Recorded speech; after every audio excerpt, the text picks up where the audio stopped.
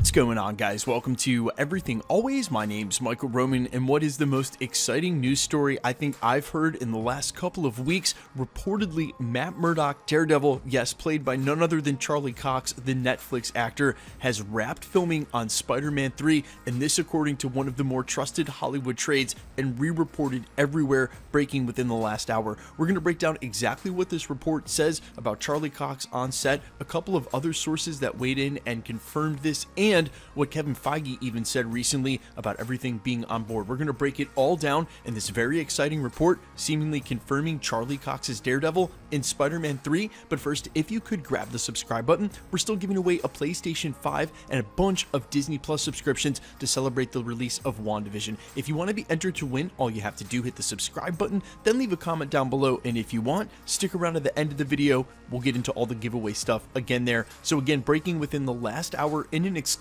from comicbook.com under the headline, Daredevil star Charlie Cox has wrapped filming on Spider-Man 3. They go on to report, quote, rumors of Charlie Cox having a role in Spider-Man 3 have surfaced, but comicbook.com has learned that Cox has been on the set for the upcoming Spider-Man 3 from Sony and Marvel Studios. Cox is expected to be playing Matt Murdock in the film, but it is unclear whether or not he'll be portraying the same version of Matt Murdock / Daredevil character fans came to know and love from multiple seasons of the show on Netflix, or if he's going to be treated as a fresh start and a reboot to the character set in the Marvel Cinematic Universe. They then go on to mention, though, that coming into play with WandaVision, Spider-Man 3, and Doctor Strange in the Multiverse of Madness, only time will tell what Cox's role in the movie will turn out to be. They then talk about how this news broke over 6 months ago, and we've covered it at length here at the channel. This rumor is over a year old, and almost every industry insider has weighed in it at one point and another about him showing up and what role he might play. We have several videos on it here at the channel, so much so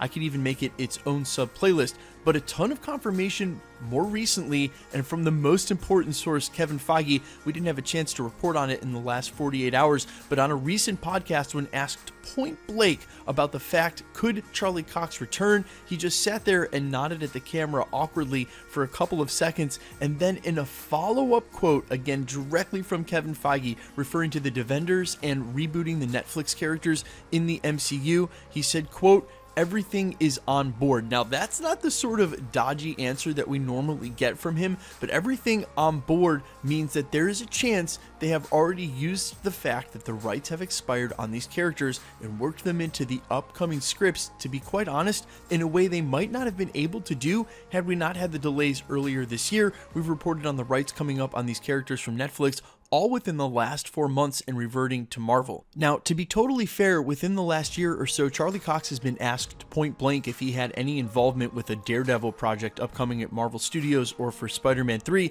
His answer was he had no knowledge of that. If it was with a different actor, but that answer is very similar to something like Tatiana Maslany gave. She was even more adamant about not having the role of She-Hulk right before she was officially announced less than a month later, and sort of the same way that Chris Evans said in a tweet that it was news to him he was coming back to the MCU. It sounds like this is their new stock standard answer, and regardless of anything that they say, this report has been around for so long, confirmed by so many sources, and now seemingly the nail in the coffin from comicbook.com. Where there's smoke, there is fire, and in this case, that fire is coming directly from Hell's Kitchen. Now, I like that comicbook.com made sure to mention we're not sure yet what they're doing with any of these reboot characters, whether the same treatment that we've reported on is going to go for Deadpool will go for Matt Murdock, Daredevil. It'll be the same character played by the same actor, but a reboot of their origin and story. And what Kevin Feige had said recently, adding on to that quote that everything was on board, was that this is how it happened in the comics all the time. Characters came and disappeared from time to time. It's the way Marvel Comics worked, and everything could inspire everything else, meaning they don't have to rehash those stories completely, much in the way they did with Spider-Man in the MCU. They don't have to retell the origin story. We all know it. Just pick up with the character where they are, make it fresh and running from there, and then their canon in the MCU will exist with the properties in canon that they are involved with. No need to explain or explain away those Netflix shows. Some of them are really awesome, and I love the first 2 seasons of Daredevil. Seriously, that second season is one of my favorites. I watch it all the time.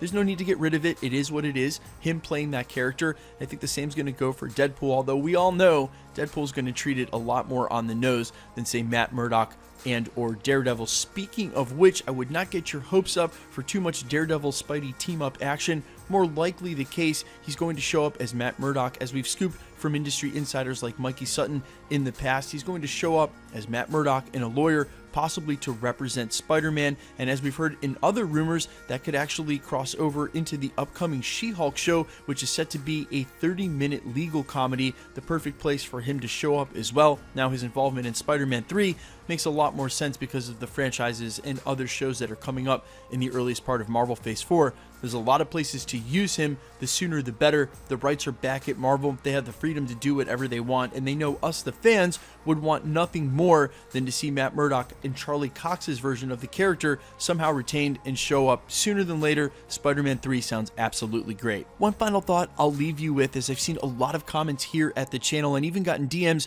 from concerned fans who really think this is starting to sound like one of those typical Sony ridiculously overpacked casts, and basically there's no way that they can do Tom Holland's narrative any justice in what should be the end for his trilogy in the MCU.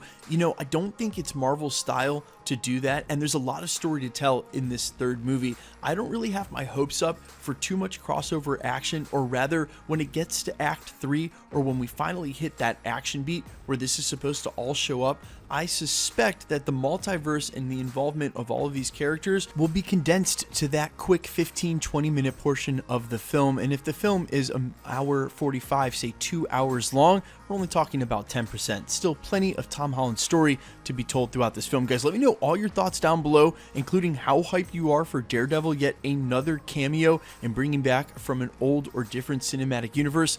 This is getting absolutely crazy. I can't wait to see what the title of this film is. Guys, let me know all your thoughts, including what you think the title might be. And quickly, let's get into the giveaway stuff before I let you go. We're still giving away a PlayStation 5 at 800,000 subscribers, as well as a ton now of these Disney subscriptions to celebrate the release of WandaVision. If you want to be entered to win, all of the same rules will always apply for any of the future prizes as well. Hit the subscribe button because you need to be a subscriber, then leave a comment down below. Because it's truly random, the more videos you comment on, the better chance you have of winning. One easy way to do that, hit the notification bell with notifications turned on to keep up with the content. And as always, if you enjoyed today's video, smash, hit, grab, like, touch the like button.